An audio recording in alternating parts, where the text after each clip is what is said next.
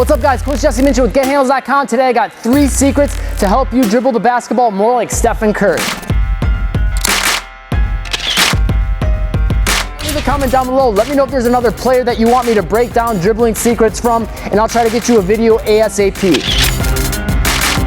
All right, the first thing we want to talk about with Stephen Curry is dribble height. Probably the best shooter to ever play the game, and his dribble height ties in perfectly with his game. So what he does when he dribbles is almost every time he'll dribble that basketball so it comes up right about to hip height, maybe even a little bit higher. Now most coaches always tell you, dribble below hip height or even below knee height. And then working on that's definitely helpful and useful in certain scenarios. But for a guy like Stephen Curry, who's a great shooter, by dribbling up a little higher, it allows him to pick that basketball up quickly and go into his shot. So whether he's doing a crossover or a regular dribble move or whatever the case may be, he's getting that basketball up to about hip height, so he's ready to pick it up and go right up into that shot. Second secret, creative ball protection. Stephen Curry, obviously, once again, is a great shooter, so defenders don't give him a lot of space because they don't want him to be able to shoot. So now with the defender tight to him, he's going to make them pay with that. He developed his dribbling arsenal to complement his shooting. So with the defender tight to him, what he'll do a lot of times is he'll hit him with like a half spin, or he'll hit him with the behind the back. And now when they play him tight, he makes them pay by blowing by them. He takes advantage of them closing out on them, because now with the defender closer to you, it's easier to get past them, because if they're back here and you can't shoot, now it's hard to get past them because they basically have a big head start on you. But with Stephen Curry being a great shooter, they play him tight. So now he can't hit him with a regular crossover. Instead, he goes with the behind the back. And again, it's easy for him to get past them because of that. So behind the backs are going to be huge, spin moves are going to be huge, half spins and fakes like that. He gets creative with that.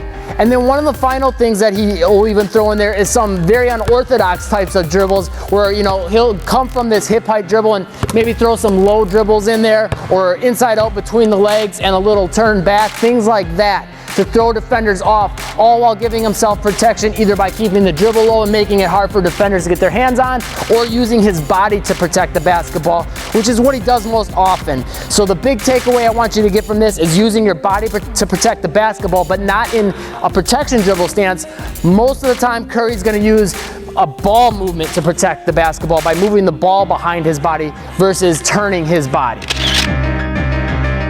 Okay, the next thing we want to talk about when it comes to Stephen Curry is hitting the gaps. And what I mean by that is he'll break the rules of, normally you want to keep the ball real tight to your hands and you don't want to leave it away from you, because that gives defenders a chance to get a steal. So if I push it out here, it's going to give a defender a chance to steal it. However, he will break this rule in certain instances when there's a gap. So what I'm talking about by hitting the gap is basically just hitting the open spot in the court with that dribble. So if he sees he's got a bunch of defenders here and he knows there's a bunch of space over here, he's not afraid to just throw that basketball out and kind of let it go and chase it down to create a whole bunch of space. Another example of this is maybe he's got a bunch of defenders kind of tight up here, but he sees there's this huge gap in here, right?